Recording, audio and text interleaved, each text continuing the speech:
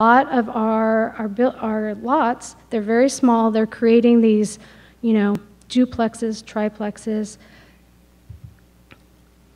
They're really getting pushed, and they don't have the opportunities. They're not eligible for density bonus. They also have narrow lots, and they might have to provide parking on site. So if we're interested in helping the small lots on Table 3, we need to talk about parking and consider reduction of parking for one parking spot for a unit. It could be based on size, as is presented in the staff report. But the idea is there's been a lot of talk about missing middle. Missing middle being smaller scale projects, those that I think a lot of people think fit in Mill Valley, these small, quaint little developments. So if we want to see those developments, how do we help make that happen? One of those ways we've heard through several different community groups, but as well as stakeholders that we've had, that reducing parking can help facilitate those type of projects. We've had objective design guidelines. We've had Opticos that has helped with a stakeholder group, and they've also mentioned the ability of potentially loosening up parking standards. So we have a large record of recommendations to modify those standards, but those standards have not been modified yet to date.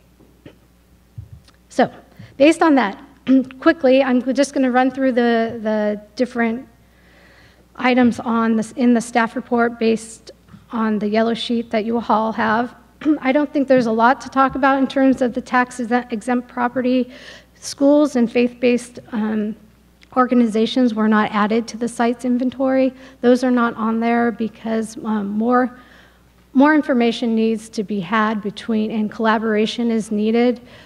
We also heard from the community that they're worried about adding or rezoning these sites. They don't want to see a full rezone that would then allow, for instance, Edna McGuire, with multiple acres to be able to use a straight density. So I think the idea is to have a program in the housing element that would allow us to facilitate conversation, understanding what is needed to make something happen on those properties, and then an overlay through the coordination to identify what sites would be available for the overlay, then would provide incentives. So that's a long-term discussion and would be part of a program, not specifics right now.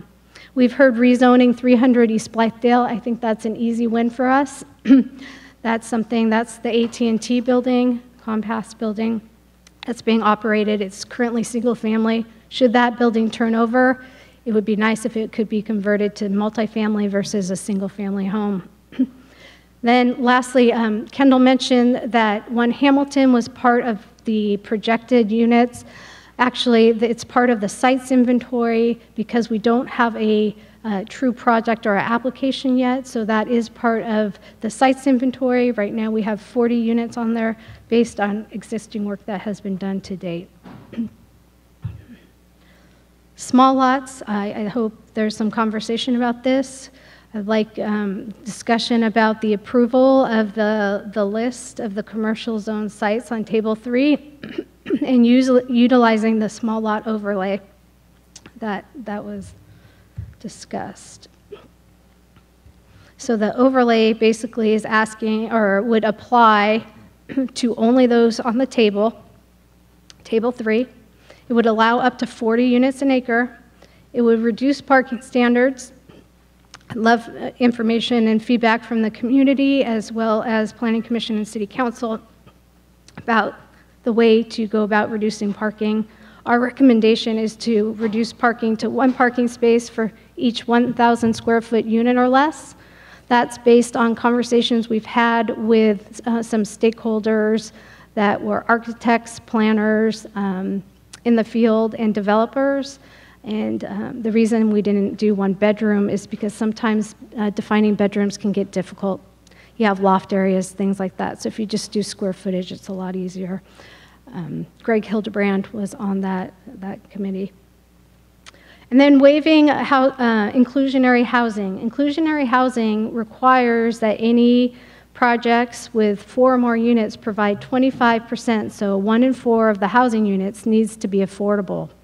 So if we're looking to encourage small, affordable by design projects, potentially the inclusionary could be waived. Another option would be only to waive those that are rental, if we're interested in seeing rental. Height, I don't know if we'll have time to talk about height tonight. It might be a little aggressive to talk about, but there has been conversation through the stakeholder group of allowing the same amount of stories, but adding 2 feet. And this would allow for, especially for mixed use, to have higher ceiling heights. It's 2 feet. It provides flexibility in the floodplain as well as for that higher ceiling height for mixed use to have that better feeling of being in an enclosed space, especially if it's going to be a small space on those small lots. Larger lots, half acre or more. Again, focusing on the table, approval of the sites, and the housing overlay. There are things that are also listed in the table. There are requirements as part of state law. So we are required to have a rezoning program to streamline approval. That can happen as part of that overlay if the City Council and Planning Commission is comfortable with the idea of the overlay. If not, we will have to have some sort of rezoning that we'll do that allows 30 units to the acre, so we'll have to bump it up and have at least 16 units. Because we're relying on non-vacant land, so occupied land for our low and moderate, we will also have to allow all residential projects in commercial areas, meaning you do not have to have a commercial component or mixed use as part of that, so you can have a fully 100% just housing project without mixed use. And then I think everyone wants to see, I'm happy that the state is finally requiring that non-vacant sites, those that already have units on them, must replace the units based on the affordability that they are, which is a great concept. I'm glad that's finally in the state law. Larger light, so again, this overlay, it's the same thing. It's Table 4, it would be the only ones that would apply to. It would allow for the consolidation of lot. You'll see, for instance, Eggers Plaza. There's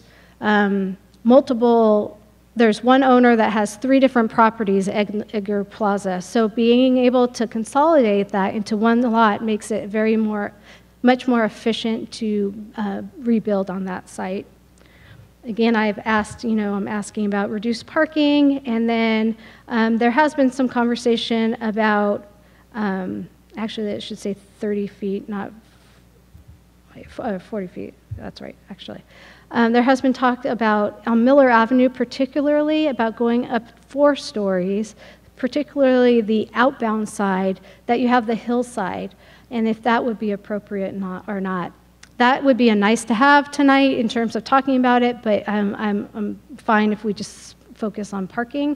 If we can have parking as part of that overlay, I think we'll be in good shape, and we can revisit height if we have to. Adaptive reuse, this is an idea that has come to us through the community, and I appreciate that, of looking at converting upper floor space. You'll see in the attachments that there is some interest from property owners. Again, the property owners say, yes, I'm interested, but you guys have to help us. Your standards won't let me convert what I have today. I can't because of the parking. And that's mainly what it comes down to, again, parking. So how can we help them convert upper space to residential? Basically, it would be waiving, there's a grandfathering clause that allows upper floor space to be converted to residential based on existing parking to date. Understanding that there's a lot of shared parking opportunities that are available between the below floor retail space or commercial use and the upper floor nighttime typical use of residential parking. Then we get to single family lots. Single family lots, we now can take advantage of a lot more of the vacant lots because of SB 9, which is a state law. It now allows lots that are basically, I think it's 2,500 square feet or less, or more, sorry, 2,500 square feet or more to build on. We have zoning where a minimum lot was typically 6,000 square feet. Some of that has changed now because of state law. So we can take advantage of some of these lots, but as Kendall was mentioning, these lots are very severely sloped, will require a lot in terms of how they really can make it, but I believe we can put them on the list. There might be some savvy people about SB 9 and lot splits. Basically, you can take a lot that's not in the very high fire severity zone and split the lots. So we've taken advantage of that. We haven't taken advantage of some other parts of SB 9. I think we, with help of our consultant, have done a good job at being conservative in a way that will allow it to pass muster with HCD. So, thank you for your time on that. I know it was long. Thank you. Appreciate it. Questions? Great. Thank you so much, Danielle, for your presentation. I hope that was understandable by everybody in the audience and all the planning commissioners and city council people that are here. So, planning commissioners and city council members, so you've been prepped to read through the document at least 2 times and to have thoroughly digested it and asked any questions to staff beforehand. However, having said all that, if you still have a question that you'd like to ask, we'll go through that now. And what I would recommend is I'll start with the mayor, since he's the senior guy here, and we'll go that direction, and then we'll come back over here to our new planning chair and go this direction, okay? So John, start with you. I have 47 questions. I have no questions. Okay, next. John? John. Hi, Danielle. So can we just use one site as an example? It's in Table 3. It's the 60 Throckmorton Bank of America site. It's under the draft sites less than half an acre. I believe it's about a 5,000 square foot footprint. But I think what this is saying is that if a site such as that building, just to use an example again, were to be considered, it could go from, with the existing standard, 2 units, a vertical addition, but to only 3 units, again, with the addition. So only 1 additional unit, but potentially up to, 5,000 square feet of footprint. I guess I was just wondering why there wasn't greater potential for more units in that case, as an example. Right. So, gosh, I have to turn this off. Sorry.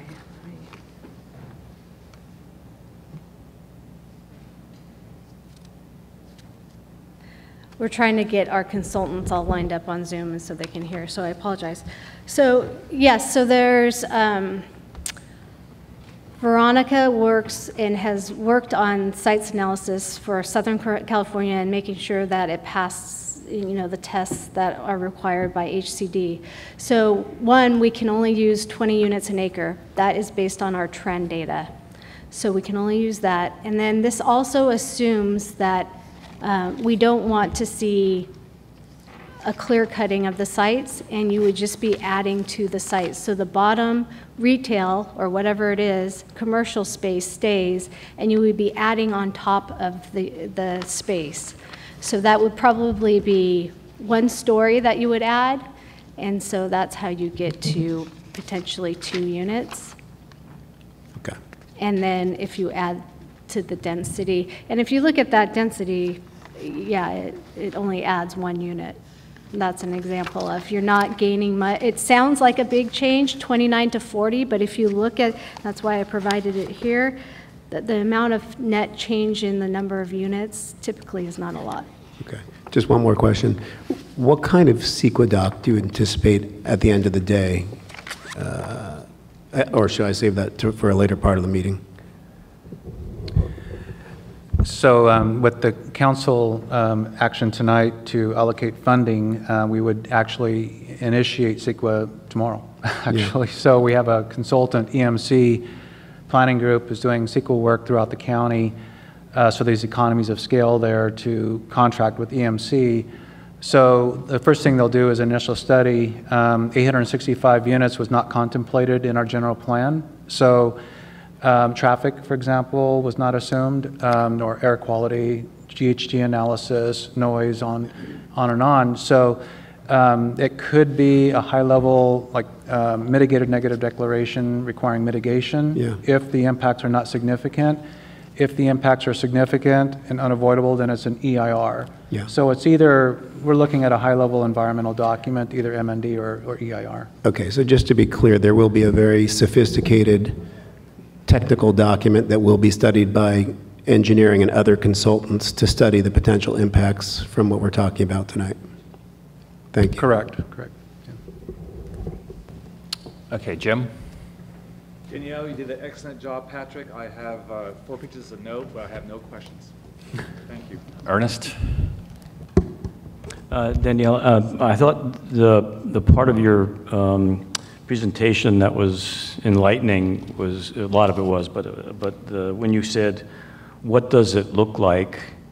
And you used examples of existing buildings to illustrate some very illustrative ways of understanding what 29 density versus 40 density. So my question is, does this next phase of study that we're going to do approve, does it include things like taking your 6 categories and maybe taking a scenario for large, medium, and small properties and illustrating with diagrams what it would look like?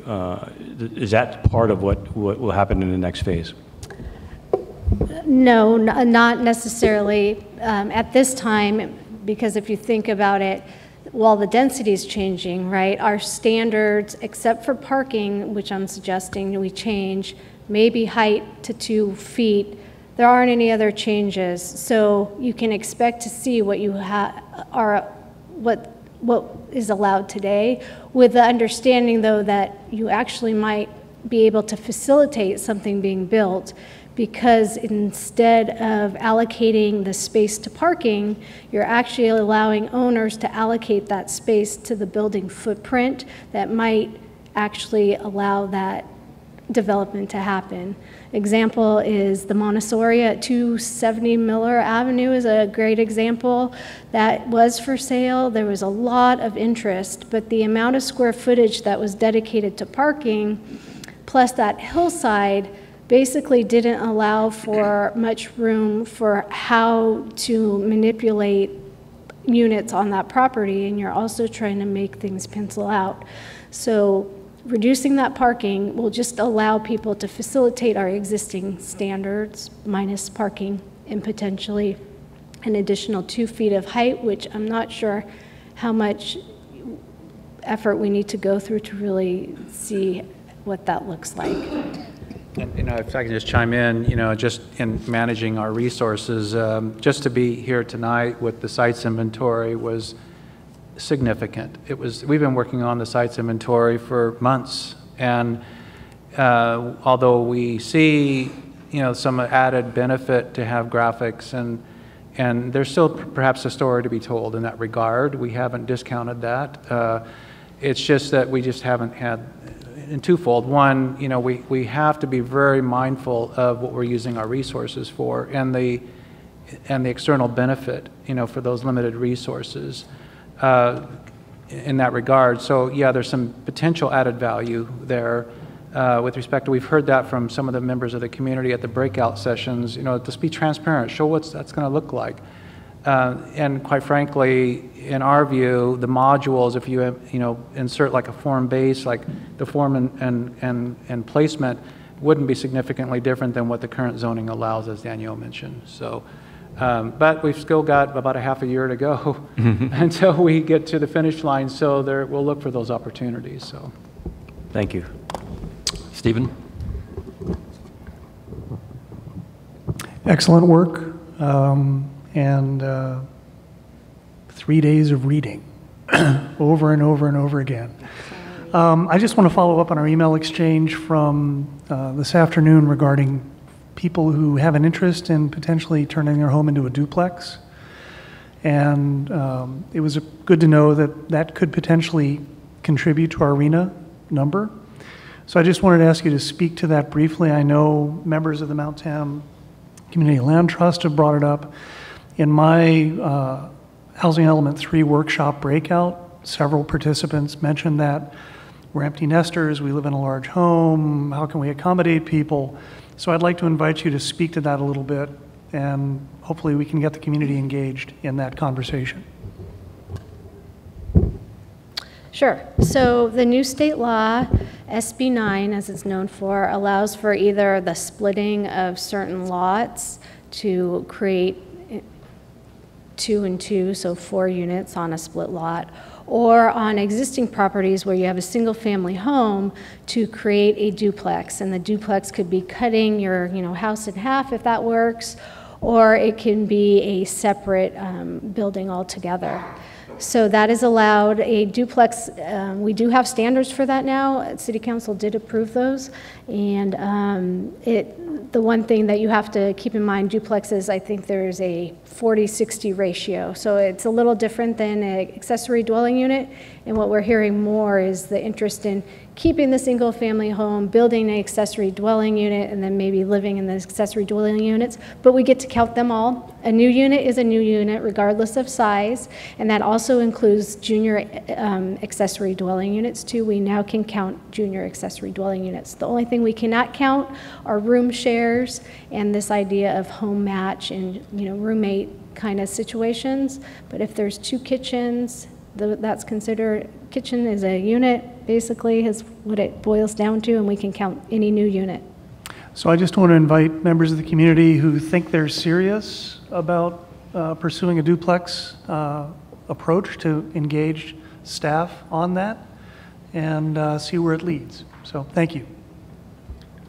Okay, great. We're going to come over to this side of the table. And again, these are just questions, no deliberation at this point. We'll start with Ellen.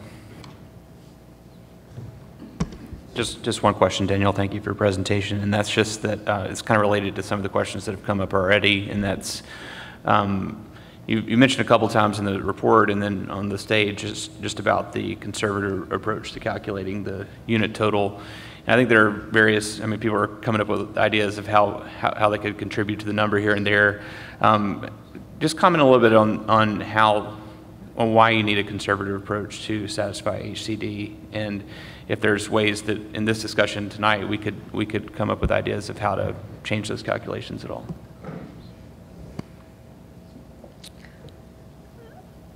So there's a lot of new state rules. I don't know housing element law has changed a lot. Now, it would have been, if this was last cycle, that we would have had all the church sites on the list, and we could have had 1 or 2, like Edna McGuire, because that's the interest of the community.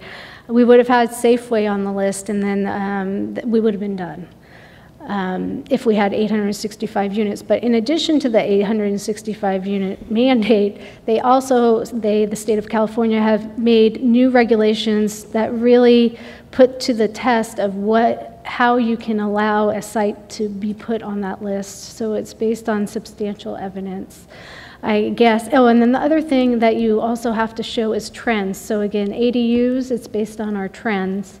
If you put something other than that on the list, then your trends, then the HCD asks for your trends, and then it's scaled back again. So you could potentially, we could be more aggressive, and again, that's why, changing these overlays allows us to put these on the list, allows more things to be freed up. So just making the changes in order to allow for potentially redevelopment helps. I don't know. I didn't really answer that well. I apologize. No, it's a difficult question, but I just wanted, it's related to the B of A, it's related to people wanting to do lot splits, it's related to, even if you wanted to, if there is an existing home, splitting the lot. So there's a lot of different ways it could be calculated. I just wanted to point that out. So if our regulations changed quickly and fast, and if there was support for instance, the office space and, making that change today, we might see some trends and people come in, we can use those towards, even more aggressively using office conversions. So making the changes helps us add things to the list. Great, thank you.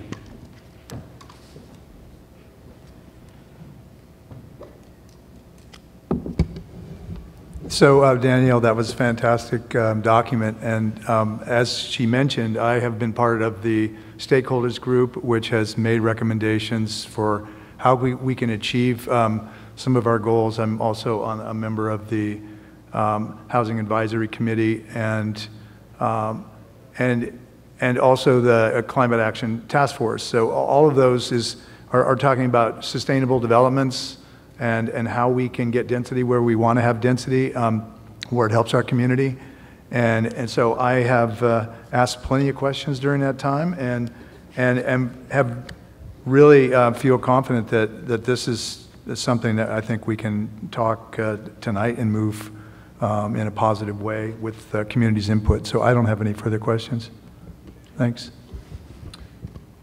Okay, Sashki? Thank you. And I'll thank my colleague at the end of the table for asking one of my questions, which was to explain what might not be intuitive to the public about why we eliminated certain things like above Safeway and all that. But then also I'll just ask a couple of questions. I remember in the previous cycle that there was an option to create some sort of region, and I remember we decided not to do that for one reason or another. Nobody in Marin did it, but are regional strategies available to us for this cycle?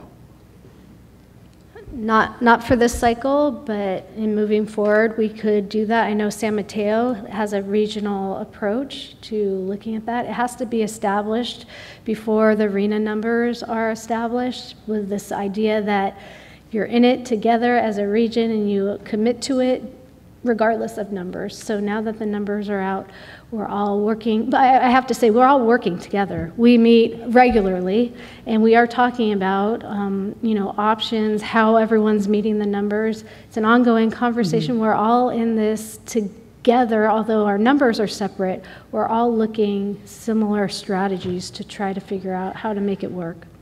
Okay. And then, this is very exhaustive, but one thing I was wondering about, since we're going to be looking at it anyway, is parking requirements for CUPs. Would that give us any additional advantage in being able to have, mixed-use developments if they? Is that something that we would be able to kind of take advantage of, or is that not related because it's related to the individual businesses? Well, certainly removing barriers, streamlines the process and improves the sort of the barriers, or eliminates the barriers to entry, into as far as feasibility. And so that's where this housing element is taking us, is to eliminate not just a conditional use permit requirement, but flexible standards, as Danielle mentioned on parking, for example, to not just meet our RHNA, but to facilitate housing. So. Okay, Eric. Well, thanks for your work on this. It looks thorough, thoughtful. Looks to me like there's been no stone unturned where you've tried to find every nook and cranny where we can find some units. And that leads me, I want to build on a question that Alan had asked about how the state will evaluate this proposal that we're making. It looks to me and probably us like this is thorough and as expansive as could be, but by what criteria? I think you already covered some of the criteria that the state would use, but I guess I'm wondering procedurally, what happens if the state rejects this proposal, and what does that do to the timing, given that there are penalties coming up, and how much opportunity will we have to refine this then? Yeah, so that's interesting, and especially this cycle. So what we've heard from Southern California, I'm sure Inder can also answer this, is typically you'd have, last cycle, is you'd have HCD provide comments, you'd modify the comments, and then they would certify your document. This time, in Southern California, typically there's 3 rounds of HCD comments. So they'll give you an initial round, and then they'll come back and give you comments not only on what it's another, as I see it, another bite at the apple, but all of Southern Californians, for the most part, have gone through 3 rounds of comments. So it could be that it looks great and we're good and things are going great, but then we might get an additional comment as well. But there are definitely certain, again, the substantial evidence, especially for the half acre or more. And I think we've done a good job by being conservative in making sure that it doesn't look like, you could keep the existing use, you could build on the parking spot or parking lot and then build up, and not trying to take, credit for, 15 units on a small half-acre site kind of thing. That's what we've done to really try to, I think, and Veronica, she has experience from Southern California, so she's really our key in understanding what they're looking for. Okay, great, thank you. Great, thank you, everybody, for providing those questions. So we're now going to move on to the next stage in the discussion for this evening. So now it's over to members of the public, all of you. And how are we doing this? Are we having people stand up? The microphone right there. So the way this normally works that's most efficient is we have people line up behind the microphone, and that way we know how many people are going to want to speak. And so I would recommend that you do that. And for those of you who have been to a planning commission or a city council meeting, you know there's a little obnoxious countdown clock right here in the middle and starts to flash when you're talking too long. I'll just ask that you try to keep your comments to 2 minutes, right? So try to respect it so we get a chance for everybody to speak and provide your commentary and on the document in any way that you think is helpful. And we're looking for your guidance and input on what we can do to make this a better document. So go ahead and line up, and so we know roughly how many people want to speak, and we'll go through all of that. And members of staff, maybe Patrick, Danielle, and I, we can kind of keep track of any questions that come up and try to provide some answer at the end for questions that are coming up repeatedly. Okay? Thank you. Ready? My name is Joe Price, and all I see over there is a little red dot. I want to thank you guys for working on this, the council and the planning commission, and especially the staff. This is quite the challenge. I have one suggestion, and we as people that look at houses think of them as being pretty static.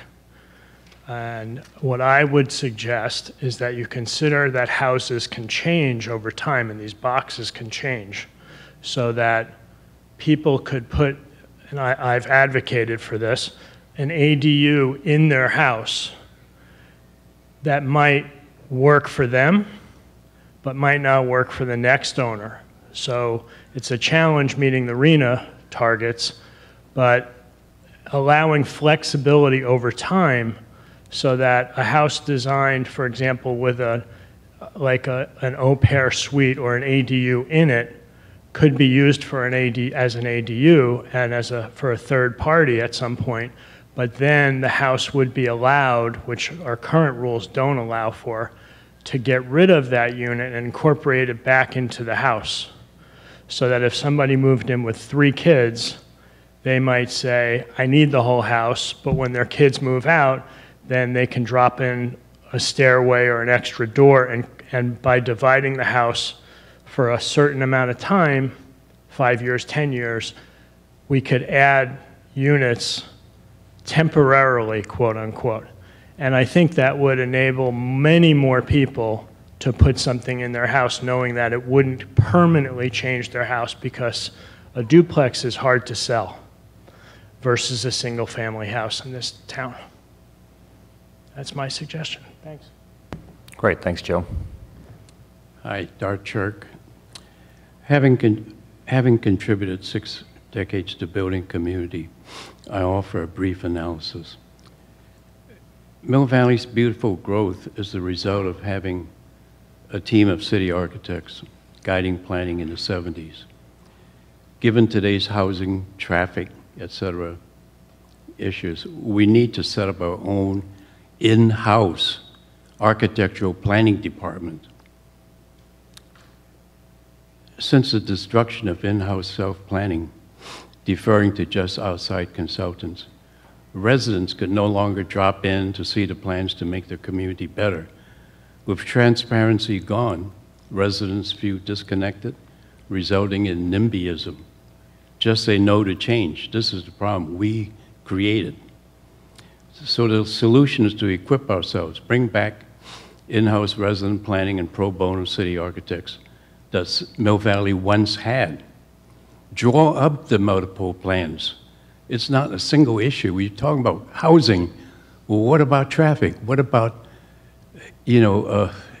all the problems, other problems that we have? It's not a single issue thing. And when you attack just housing all by itself, you're going to miss the boat. It's not a big problem. I mean, it's just it can be solved. Draw multiple plans, housing, streets, public places, commercial districts, open spaces, all integrated as a single plan. Do the hard work. Don't send it out. Design, not just review. Residents participate by dropping by their city hall, which means an open city hall, to see the ideas being developed, to share their dreams. So feel they're part of the plans. Over time, a unified vision evolves, a vision shared by the community. The community in this way can't wait to see growth. See, this town is only, what, 8,000? It's not ideal. We could use more people. And establish our own community land trust to land bank. We've let so many projects go by. We've wasted so much time. And a community development corporation to work with the landowners. Mill Valley needs to design and build its own future, not waste money just on outside consultants. Hey, Dart. Okay, sorry. If you could wrap up your comments, please. Thank you. And you can send in your comments to the commission for everybody to read also. I think I've sent these to great. So thank you. Thank you so much, So Dart. I just wanted to share it. There's no problem. Thank you very much. Housing is not a problem. Thank you, Dart. Okay, thank you, Dart. Yes, Dennis. Dennis Klein, 347 Hazel Avenue, speaking for the Mill Valley Affordable Housing Committee.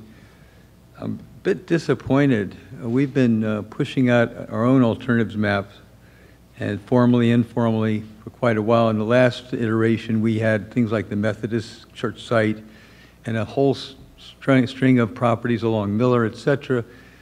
I'm hearing tonight, for some reason, that it didn't make the overlay, and I urged the city to work on changing the way you're filtering the analysis so we can add some more properties. I get a sense that the city's like moving around asking owners of properties what they would like, are they interested? And they're saying, no, we're not interested, and that's the end of it. This is nuts. But all these properties, like the redevelopment of the commercial site where the Whole Foods is, sure, they're not interested, but this community's interested in housing in this town.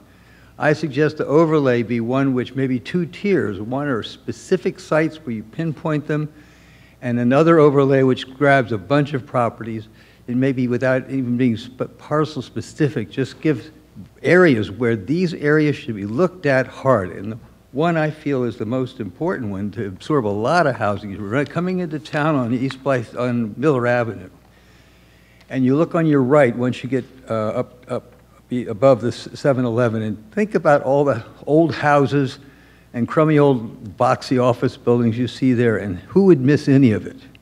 Those lots the lots aren't necessarily 600 feet deep, but the distance from the road to the stream is in most cases is 600, 550 feet.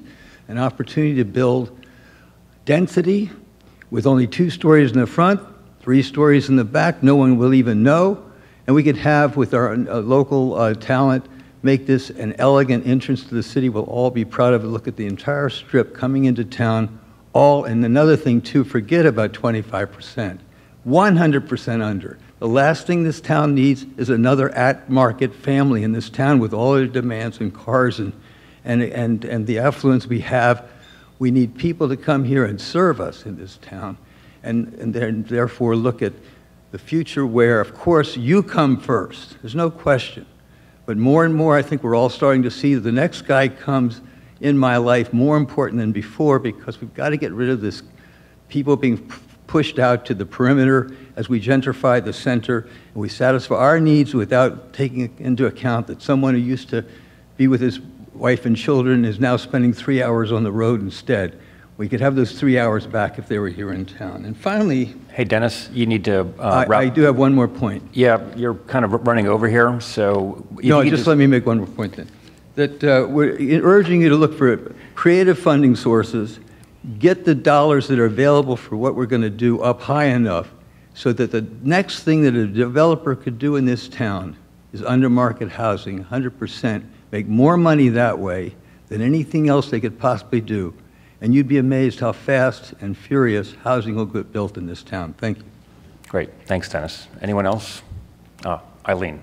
And if anybody else would like to speak, please line up behind Eileen so we have an idea of how many people want to speak. And the clock is reset, and go ahead. Good evening. Thank you. I have a couple questions. Maybe they could be answered. The standards, it seems to be a blockage to expanding the number of units, and how can we change the standards, modify them? And number two, reiterating DART, is there somebody working on the whole plan of the housing plus the traffic and that kind of thing? I know that there's thousands of solutions to traffic in our town, and they just haven't been addressed or figured out yet. And is somebody kind of working in a cohesive way to solve those issues? Those are my two questions. Thank you. Great, thank you. Hi. Yes. My name is Mary McGarity, and I live on Sycamore, so I actually am wholeheartedly supporting what Dennis just said about strengthening the housing stock along Miller Avenue to be more low income. I've been in touch with Danielle, and I guess I want to voice my concern here tonight that it's something we've just not acknowledged, that all 100% of the affordable public, actually the publicly funded family housing in Mill Valley is located east of Camino Alto. 0 public housing is located west of Camino Alto. 0. How have we segregated the city this way? And why do we persist in perpetuating that? Why aren't we thinking about this? I've been talking with Danielle about why hasn't there been a map that illustrates this? It's all there. It's Pickleweed, it's Shelter Ridge, it's the proposed Hamilton 1, which is arm's length from the, well, Shelter Ridge, Shelter Hill, and then it's the Alto Station just across the street here. There is no public housing to the west. So for all of the advocates who say we need this, where is it? And then I just have to say, I guess I value our public parks as much as anyone, believe me. I don't think a hockey park is expendable, but why is the golf course just automatically crossed off the list when we're now, EHA is looking at the reconfiguration of hockey park to accommodate affordable housing? Why can't we look at the golf course to reconfigure that? It just seems like certain areas of the town are protected, and if we're looking to pass what I read in the document, the affirmative fair housing standards that will be imposed on us, how can we possibly, when we're saying lower income people, you live on this side of town.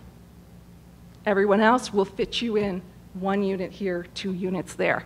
And that goes to the density, because you have said somewhere along the way that the standard downtown, when it came to the Bank of America building, is 20 units per acre. Did I understand that correctly? Well, we're proposing 40 units on 3/4 of an acre over here. That's a 53 dwelling unit per acre standard. So I'm somewhat left going, yeah, why can't the Bank of America building be rebuilt, renovated to accommodate the same level of density we're asking for in our public housing complexes? Thank you. Great, thank you. Mary?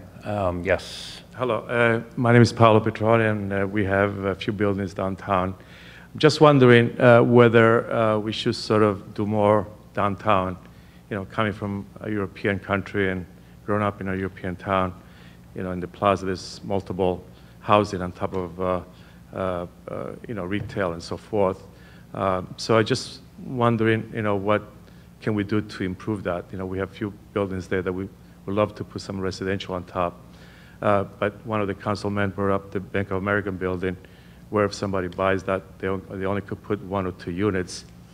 I mean, is that enough to incentivize the developer to pay for those land costs as they are, plus construction costs are where they are nowadays? So, you know, how do we put something in place where we could use our existing buildings and put more, especially in the downtown core where, you know, live work is very common and very attractive as well. And whereas, you know, parking is not a big issue with people take, you know, public transportation and so forth, you know, maybe some micro units and things like that. But I think, you know, we should really emphasize and look into how do we take the core of downtown and have people not only, you know, shop and go out for dinner, but also to live there. Because I think it's been proven in Europe that it works.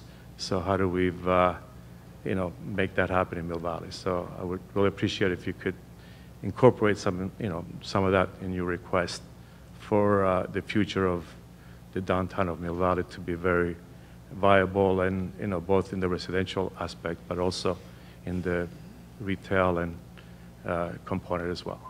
Thank you. Great, thanks, Paulo. Usually we don't applaud just to make it kind of like a safe space for everybody to speak, so if you guys could refrain from doing that, that would be awesome. But thank you very much for your comments, Paulo. And I think the last comment coming in now, you state your name and My address. name is Bob Hinn. I live on Little Elma Street, 3 doors down from the public library. I, like some of the other speakers, have been puzzled by what we were told about the Bank of America building. And I'd like, I start way back, so I didn't understand what was meant by trends dictating some of the results of only 3 units. And I wonder how open that sort of thing is to change. And that takes me to a second point. We've got 3 banks that closed within the last 2 or 3 months downtown. Wells Fargo, Bank of America, and the U.S. Bank branch downtown. We have some other empty storefronts in town. We have a national trend, which all the business press anyhow is full of, towards internet sales and away from brick and mortar. Sometimes mixed signals, but brick and mortar keeps diminishing. We've had the past trends, too, that have contributed to that. So we may, one of the values, important values of Mill Valley is the pedestrian orientation of its downtown and the life that its downtown provides. Out on Miller Avenue, there's a commercial district which seemed to be being fostered earlier, maybe it was 10 years ago. Again, I don't follow these things carefully, but it seemed like the zoning was being changed to encourage commercial development out in that area as a kind of second city center. But I would suggest, although it runs counter to the laser focus you have to meet your schedule, that you consider shifting retail, the emphasis on any retail in the Miller section